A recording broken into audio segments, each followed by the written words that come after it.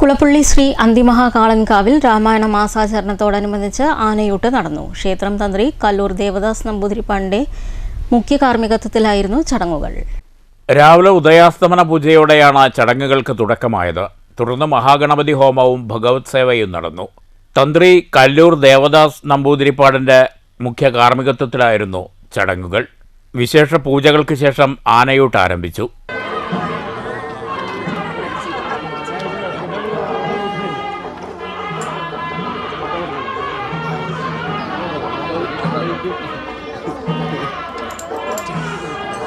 ക്ഷേത്രത്തിൽ മാതൃസമിതിയുടെ നേതൃത്വത്തിൽ രാമായണ പാരായണവും നടക്കുന്നുണ്ട്.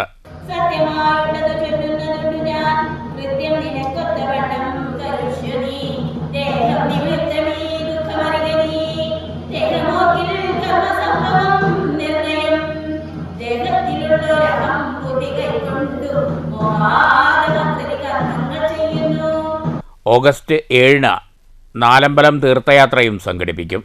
അന്തിമഹാകാളൻകാവ് താലപ്പൊലി കമ്മിറ്റിയുടെ നേതൃത്വത്തിലാണ് പരിപാടികൾ. നമ്മുടെ ക്ഷേത്രത്തിൽ എല്ലാ വർഷവും രാമായണ മാസാചരണത്തിൻ്റെ ഭാഗമായി